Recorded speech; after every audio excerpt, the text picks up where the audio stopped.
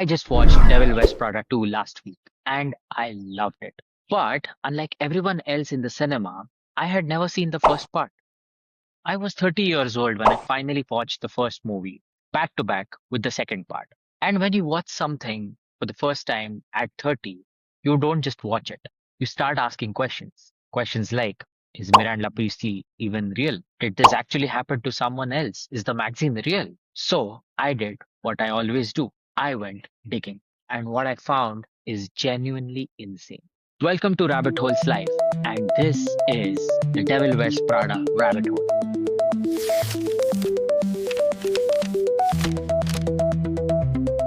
Okay, so the first thing that popped in my mind when I watched the first and the second part is that, wow, it's a great story about corporate power struggle and high fashion society. And as someone who loves the fashion industry and loves reading the stories and the intricacies of that thing, my mind immediately went to this must be based on something real, or at least might be pulling on some real world achievements. Now, this might be common knowledge, but I found all of this for the first time. So, yes, what you're seeing on the screen here is exactly what I've found out, that The Devil Wears Prada, the movie, is not an original piece of work. It's actually based on a novel of the same name called The Devil Wears Prada. Now, it is written by a novelist called Lauren Weisberger, a young woman who was hired as a personal assistant to a very powerful fashion magazine editor, a job that quickly became nightmarish in her own words. And well, the story goes that then she lasted just 10 months in the role, went out, took some writing classes, and even before the entire book was written, the rights to the book were bought. And this is the rabbit hole that I went into. So let's uh, let me talk you through it. First of all, who is Laura Weisberg? I went digging into that first. So yeah, you see here on your screen, this is the author, Laura Weisberger, the author of the 2003 bestseller Devil Wears Prada, a roman à clef. So for those of you who don't know, a roman à clef is a novel about real life events that have has happened to the author itself, herself. Her experience as an assistant to the Vogue editor in chief Anna Wintour was recorded. This is Anna Wintour you see on the screen here. This was recorded in the book The Devil Wears Prada. So obviously lots to go into here right from the get-go. Okay. Weisberger worked as a writer and editor for Vogue and Departures magazines prior to writing the book, which was then adapted in the same film. Okay. Immediately off the top, Weisberger was born in Scranton, Pennsylvania. Uh, well, shout out to Michael Scott. And then throughout the life, she achieved all of these things, got into sports, high school graduation, yada, yada, yada. Before graduating from Cornell University, she backpacked through much of Europe, Middle East, Asia, including countries like Egypt, Hong Kong, India, Israel, Jordan, Nepal, and Thailand. And upon coming back, what she wanted to do was write. And write she did as an assistant to Anna Wintour Boru. After 10 months, she left the magazine, citing that she felt out of place and the work was very hectic. And by now, you would have understood where the story of the book, of the movie, and of Lauren Weisberger is connected. So after Vogue, she worked at another magazine called The Departures. Then she takes up writing classes. After she mentioned her interest in writing, Story, who was her previous boss at Vogue magazine, referred her to her friend Charles Salzburg. She took up writing classes and she finished about half the book. And after that, the book was fast tracked to make the movie, right? And then quickly, when you look into this, how did this first time author got shot into the limelight of Hollywood immediately? Like you see here, through rapid bidding process, four screenplay rewrites, which will go down later when we talk about the movie itself. Um, yeah, this book found itself on the shelves of Hollywood producers. And one thing that I want you to notice here is that it fast tracked scripting. So 20th Century Fox optioned the book's film rights before it even was published. After four different screenwriters who worked on the project, um, a little bit of tone was altered. And instead of being a petty revenge story. The narrative focused on the intense dynamic and mutual respect between the two main characters. So yeah, that is the story of Miss Lauren Weisberger, who, mm, from a very intense stint at Vogue, based a character on Anna Wintour, which became Miranda Priestly. But there's a catch. When you make a movie about someone that famous, it's not going to be easy sailing. And that's exactly what happened in the production of the first movie. And like I mentioned, I saw this movie for the first time last week. And I don't know if any one of you was following the drama back in the day, but this genuinely shocked. Here it is. All right. So the 2006 movie, based on the book that we just spoke about, was bought. The rights to that book was bought by 20th Century Fox even before the novel was completed. And just as a side note, something interesting that I found that there is um, more than one part of the book that is a sequel for the book called The Revenge Wears the Prada and When Life Gives You Lululemons. And we'll talk about that later in the video. So stay tuned for that.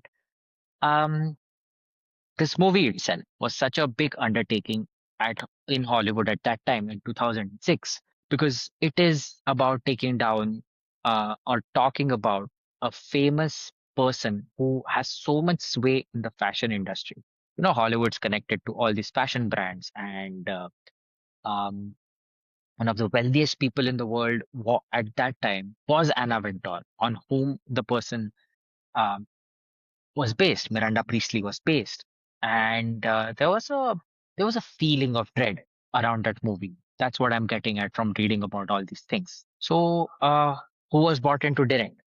This guy called David Frankel, who was brought in to direct. He went on to become famous for these movies, but at that time he was a pretty new guy to the industry, known for directing a few Sex and the City episodes and he didn't really get much of a budget to work with. But at the same time, the producers knew, the director knew that this movie hinges on the character of Miranda Priestly. And what has happened is the film didn't start production until Meryl Streep was cast. We'll get down into the all the details later. Okay, so it's the plot of the movie.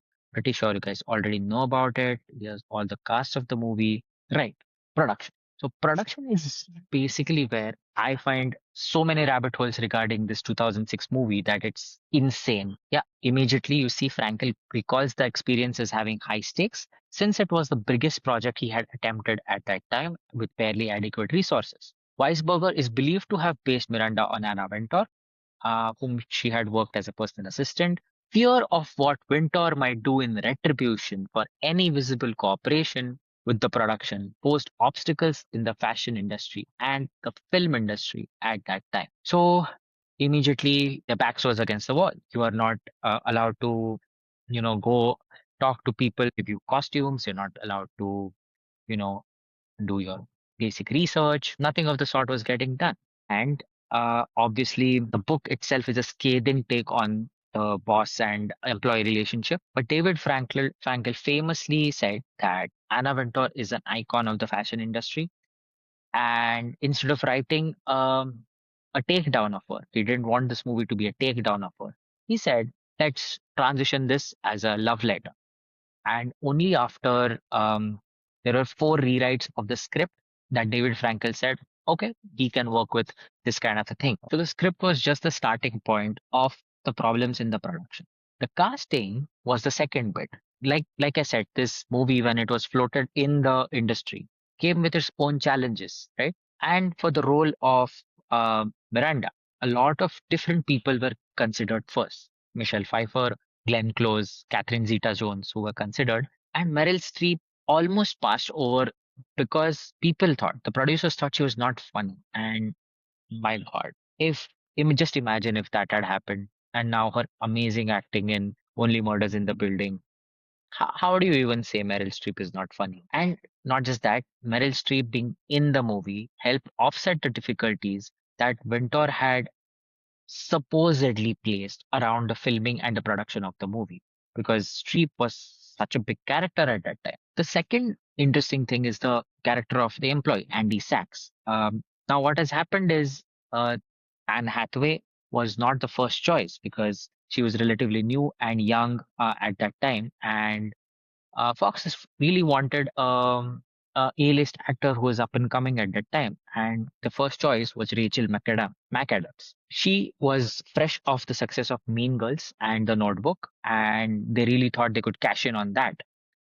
But again, the atmosphere around this film was fraught with fear, and Rachel McAdams passed on this. So did Kate Hudson, Scarlett Johansson, Kristen Dunst, Natalie Portman. However, Anne Hathaway actually campaigned hard for this movie. She not only did the film reel, she not only sought the part, but she very famously went to the producers and in the Zen garden, in the sand box of the Zen garden, would hire me for the role of Auntie Sax. She knew what she wanted, and it just shows in the movie. It just fit her so perfectly. Emily Blunt is another story for the role of Emily. Actually, Blunt was auditioning for the movie Aragon in some other part of Fox Studios, and she had no intention of even casting for or screening for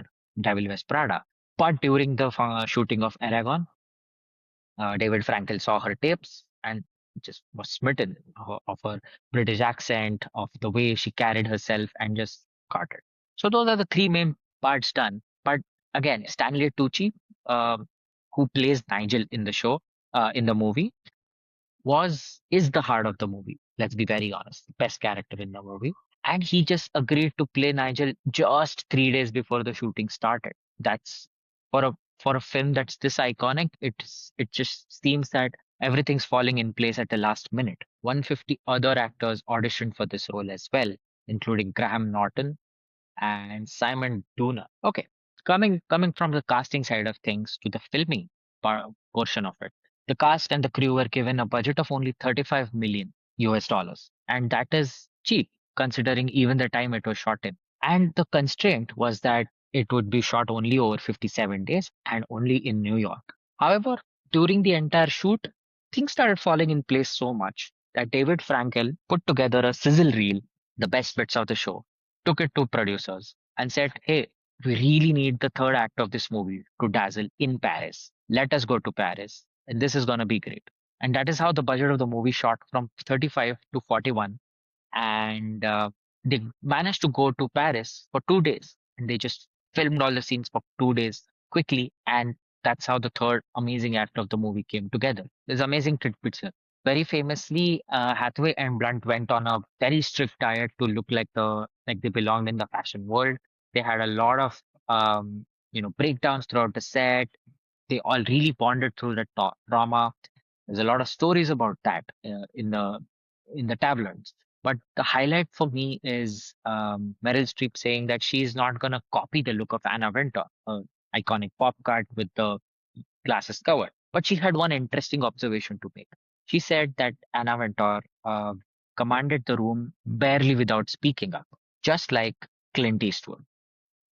And that's insane to me that an iconic villain uh, like this was born basically out of a Clint Eastwood mimicry by Meryl Streep, and that's insane, right? Costuming was another big thing. You know, when you make a movie about fashion, you need to have so many um, names associated with it. And despite the movie being about fashion, at that time the mood was hesitant. Meanwhile, in the costume department, the entire fashion industry was terrified.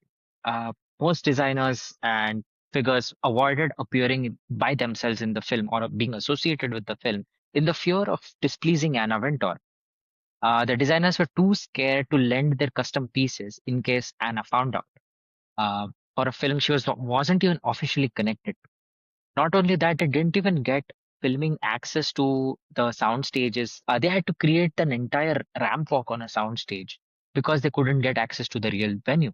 There's a couple of stories about one brand that eventually helped is Prada, which is why it's so iconic, right? The name Devil Wears Prada, and then Prada stepping in to help, and the entire movie then looking like the way it does. Just a quick note. After a point, everyone knew who Miranda was. That's Anna, and we all knew who Andy was. That is Lauren herself. But who was Emily Blunt's character? Emily, the secretary who trains with Anna. Uh, sorry, the secretary who trains Andy throughout the movie. Who is this character based on? Well, actually, it was revealed just in 2026, just 6 weeks ago. The real Emily came forward. In April 2026, celebrity stylist called Leslie Freemar publicly confirmed that she was the real life inspiration for Emily. That just ties it up into a neat little bow. That's a perfect little story that she shares. She shares that once this book was out and when this movie was in production, she got a call from Anna Wintour. She says that, who is Lauren Weisberger? She asks her, who is Lauren Weisberger? Fremer says that she was your junior assistant long ago. Winter says that, well, she wrote a book about us and you come out worse than me. That is such a Miranda Priestly response. So the film premiere had its own share of drama going on. Everyone was nervous about how the movie turned up, but that nervousness quickly turned into, let's say, fear or even more nervousness because Anna Wintour chooses to attend the premiere of the 2006 movie dressed in Prada. That is just insane. When she saw the movie, apparently all the cast was nervously looking at her, looking at what her reaction was. And, they're trying to figure out if she likes the movie, if she doesn't like the movie. And apparently, Anna Wintour just walks out even without, acknowledging any one of them. Privately, she's said to have found the film highly enjoyable, and she said that they gave it a fair shot. And but she even publicly refused to acknowledge the director David Frankel. And there's a famous incident of when they met at a tennis match where she refused to shake his hand. But this film did wonders for her image. She became a global well known name and just became the fashion icon even better than the thing. But at the same time, we understood till now that this book is based on Anna Wintour, this movie is based on Anna Wintour. But who is Anna Wintour? That is what I'm interested in finding out. So let's check that out. So Dame Anna Wintour, she was born in 1949, 3rd November, as a British and an American media executive who served as an editor-in-chief for Vogue from 1988 to 2025. Yep, that's current, and we'll get into that as well. Um, Currently, she serves as a global chief content officer and artist director at Condé Nast. She's known for her iconic look, the bob haircut, and dark sunglasses, which she never took off, so people could never know what she's thinking about. She is known to be a leading figure, the most powerful woman in publishing, and the most iconic figure in fashion world who has changed the face of Met Gala, who's changed the face of fashion publishing in general. Her story is quite insane. At 20 years old, she told her father, who was also the editor of the Evening Standard, she told her father at 20 that she wanted to edit Vogue, not just work at Vogue, but edit it. Clarity of thought was insane. After 20, she starts working at Harper Bazaar, then she gets fired. She bounces around few other places. And finally, after going through a lot of places, she takes over American Vogue in 1988. She gets her dream job at editing. Her first ever cover was iconic. She puts an Israeli model in jeans on the cover of Vogue in 1988. This breaks all the rules that the fashion industry was following at that time. And this is a statement that Anna Wintour is here. Things are going to be different now. There's a lot of history about Anna Wintour in this entire thing, apart from the movie, apart from everything. And you really must come in and read all of this. Is I can't possibly go into all of this into this, but one of the most powerful women that I have ever seen working in any industry. Let's be honest.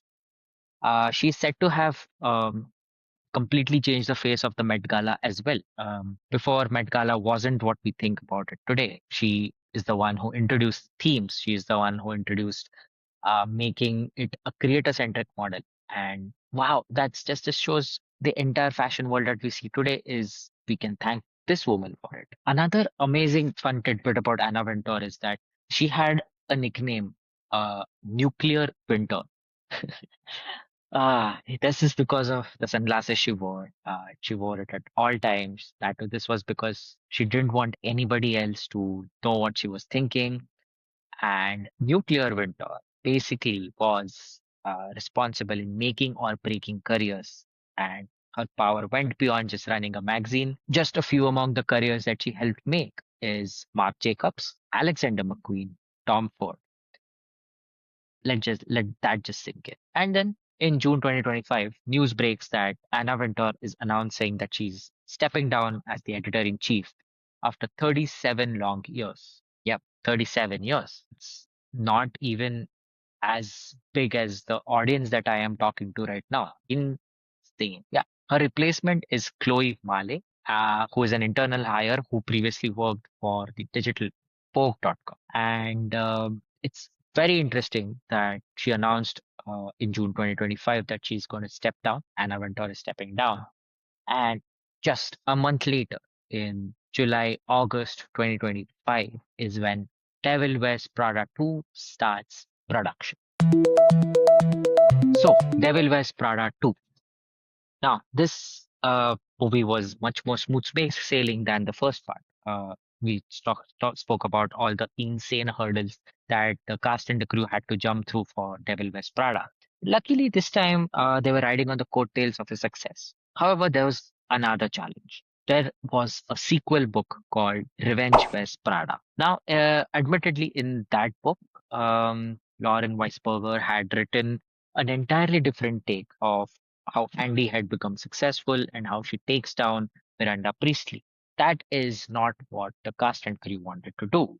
And that is why, for the longest time, Meryl Streep and Anne Hathaway weren't convinced that they were going to be back for this movie. But there was one blessing in disguise. When the book was being written, for the first book was being written, Lauren Weisberger had signed the rights of the characters away to 20th Century Fox, which means that they could take their shot at rewriting the book, rewriting the movie as they saw fit. And boy, did they write a very good script for that. David Frankel came back. Slowly, they started pitching the idea of a failing fashion magazine in a world run by digital people in digital ad space, and a leader of a yesteryear trying to hold on to her power and all of that. And that quite closely mirrored reality once again. So the development started back in 2024, and reading about all of this, Streep, Hathaway, Tucci, and Blunt, all of them signed on. David Frankel is back, same writers are back, and it's all just a merry little thing. But this time there are no budget constraints like the first one. They go all out in marketing, they drop teasers. There's even a Sydney Sweeney cameo, which I mean, it's cut from the film, but there was a Sweeney cameo in the movie. They also managed to film at the actual Milan Fashion Week. Donatella Versace shoots a cameo in the movie, and Lady Gaga is also announced in the film as a role. Things are going very smoothly for the part. Even the marketing department didn't hold back any punches. First teaser drops on November 2025, creates so much buzz, goes up to 181.5 million views in just 24 hours, which is the most viewed comedy teaser in 15 years. The full trailer then in February manages to top it off with 222 million views in just 24 hours, the most viewed trailer in the studio's history. The marketing campaign is estimated at around $250 million, with brand partnerships coming left, right, and center from Dior, Google, Coca-Cola, Mercedes-Benz, L'Oreal, United Airlines, Lady Gaga, etc., etc., etc.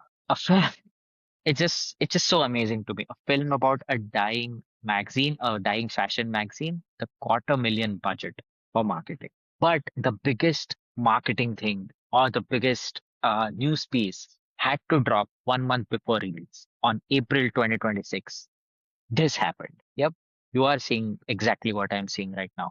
Meryl Streep, who plays the lead character based on Anna Wintour, is on the cover of the Vogue magazine. They do an interview together, they have photo shoots together just 1 month before uh, the movie is set to go live. Yeah, this woman, Anna Wintour, when the first part came out, had literally said that she doesn't remember who Lauren Weisberger, the author of the book, was. And now she's on the magazine silently giving her thumbs up to the entire venture. Like it was just another play that she had arranged at the back of all the amazing achievement that she had made in the career. And this just looks like a peace treaty to at the end of the day. That's quite nice. So the film released on May 1st, 2026. I saw both of those movies back to back. Led me down to all these amazing rabbit holes. Lauren Weisberger, the woman who thought she had a shitty internship, thought who nobody would be interested, saw the franchisee become a monster in its own right. The real Emily came out and spoke up after 20 years. Anna Wintour went from an amazing cult personality to stepping down in 2025. And Meryl Streep features on a cover with Anna Wintour on a Vogue magazine. And yeah, like Anna Wintour said once before, she doesn't mind reading a good piece of fiction. Yeah, I believe you, Anna. Right. So this was my rabbit holes breakdown into an amazing franchise that is The Devil Wears Prada 1 and 2. This is not a movie review. This is just some trivia and tidbits and behind the scenes information and just a free flowing conversation with you guys and to what went behind the entire filming process and what I understood as a first time watcher. If you guys like this breakdown, let me know what part of it surprised you the most and let me know what else you like me to cover in the future. I love talking to you guys face to face like this and uncovering deep mysteries like this with you. And like me and Devin always end up telling you, stay curious. See you guys the next time.